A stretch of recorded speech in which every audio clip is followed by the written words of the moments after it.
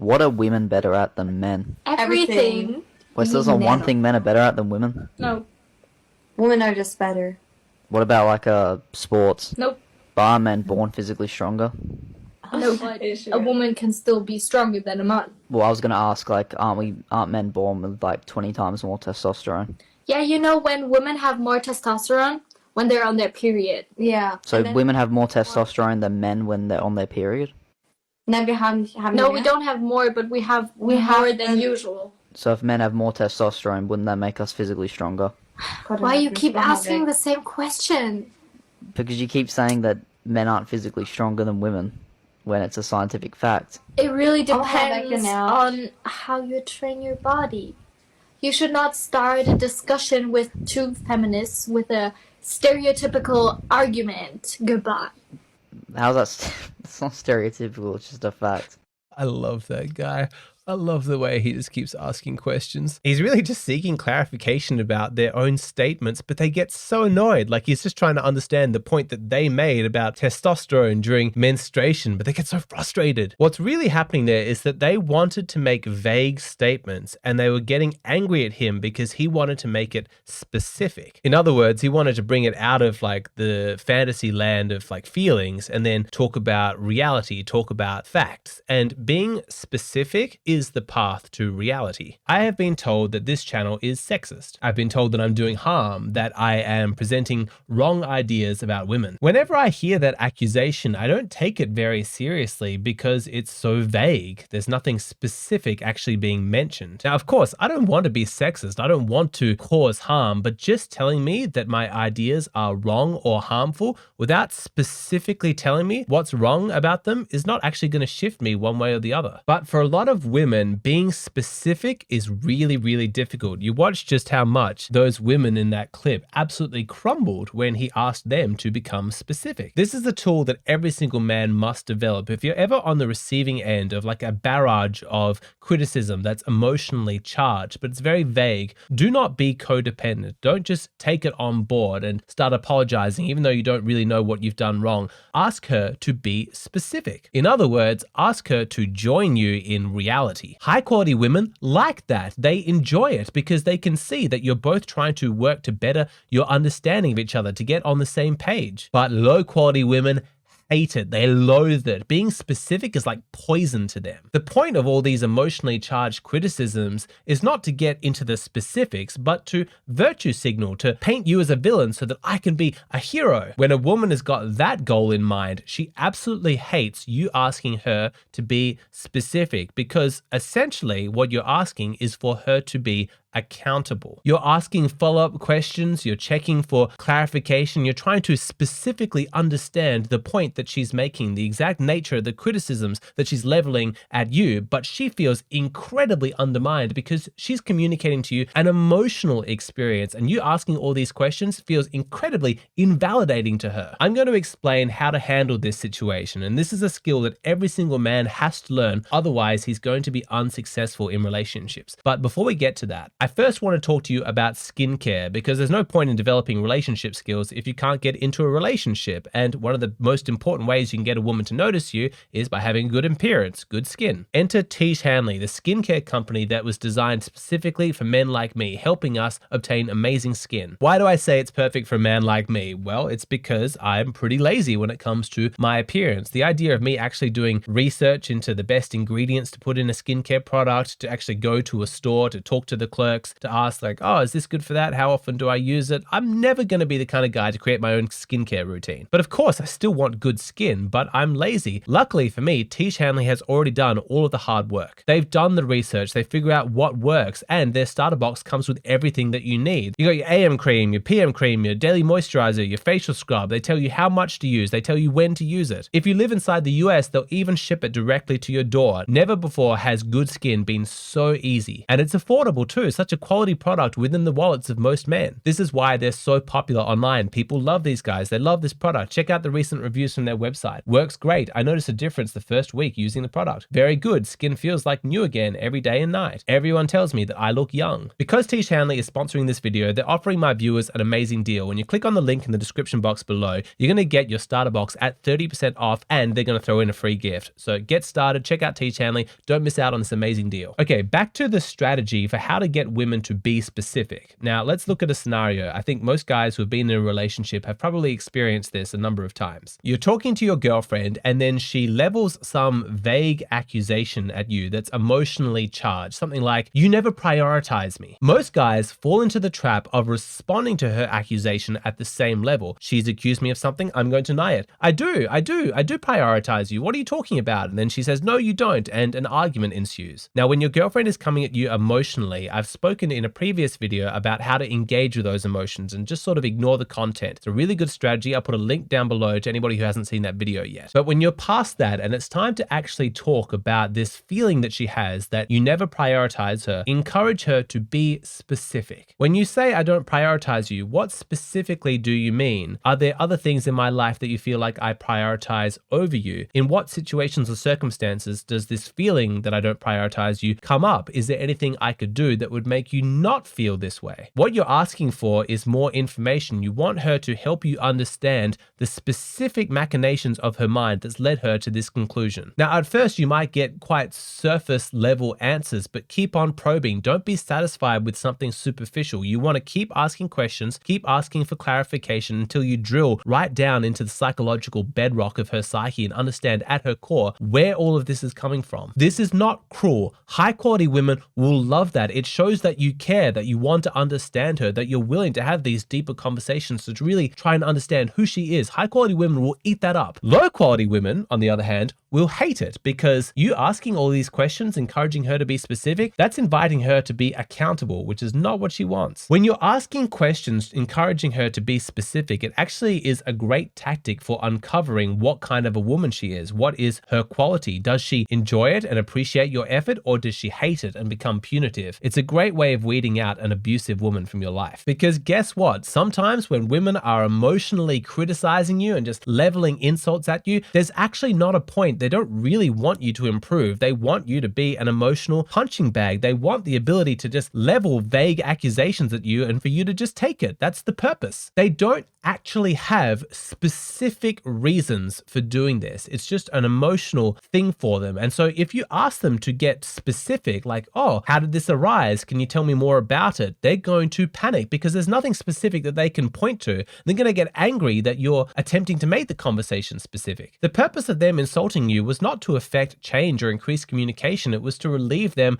of their emotional buildup of frustration. You're meant to be a punching bag, and punching bags aren't meant to ask questions. They're not meant to clarify things. They're not meant to encourage her to be specific. They're meant to sit there and take it. Now, I wonder how many members of my audience already picked this up, but when she said, "You never prioritize me," she's actually already crossed the line because she's claiming a subjective feeling of hers is an objective fact of reality, as though it would be impossible to dispute. "You don't prioritize me." What would have been more accurate for her to say is, "I feel like you don't prioritize me." The reason why a lot of women don't phrase it that way, even though it's more accurate, is because it leaves open the possibility that her emotions are not an accurate guide to reality, that the two might not be syncing up. She doesn't want to confront the possibility that reality and her emotional response are not perfectly rational and in sync. But come on, let's be realistic. For all humans, and low quality women in particular, we have irrational emotional responses all the time. And it's actually one of the characteristics of a low quality woman is that she has no accountability for her own emotions. If she feels like you did something, then you did something. Crazy, right? But that's actually how deep the codependence goes with some women. I bet there's some guys in the audience right now nodding their heads thinking, "Yep, that's exactly how my toxic ex-girlfriend was." There's no nuance to her inner world at all. There's no possibility that she has any cognitive biases, any emotional triggers, any pre-existing trauma that's causing her to view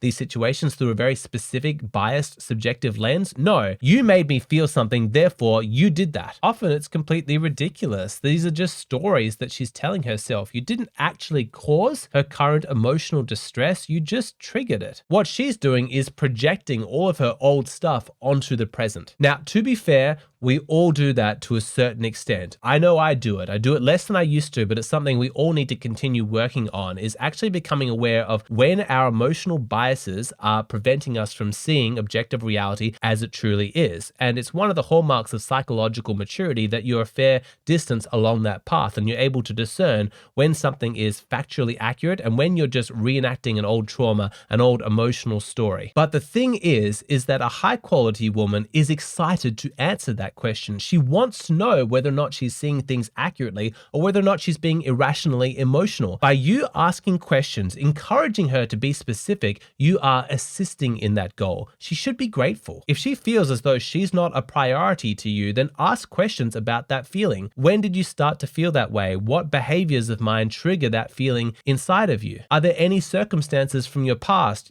previous boyfriends, friends, family members where you felt like you weren't a priority? Is this a recurring theme for you? Keep talking, asking questions until she's able to nail down and point to something very specific. She might say, I feel like when we're home alone together, but you're just playing guitar or reading books instead of spending time with me, that means I'm not a priority. Thank goodness you kept asking questions. If you just argue with her, I do make you a priority, or you just apologize in a codependent way, oh, I'm sorry, yeah, I'll definitely make you more of a priority, you wouldn't have actually found out this piece of information. Thank God you stuck to reality and kept asking questions. Okay, it feels as though you're not a priority every time I'm reading books, but the truth is that I love you and I appreciate you and you are a priority. I just also like books. To me, I didn't know that they were a competition. When she hears that you reading books is not because you're deprioritizing her, it's actually an invitation for her to grow as a person, so she can think, really, I 100% assumed that you were reading books because you don't care about me, you don't want to spend time with me, but you're saying that's not the case. Then why did I project those emotions into the present? Why did I get triggered? Why did I have this story? What's going on for me psychologically? What do I need to grieve, to release, so that I'm not tarnishing the present moment with all these past traumas? Again, this is a good test, because while that's how a high quality woman might act, a low quality woman will say, oh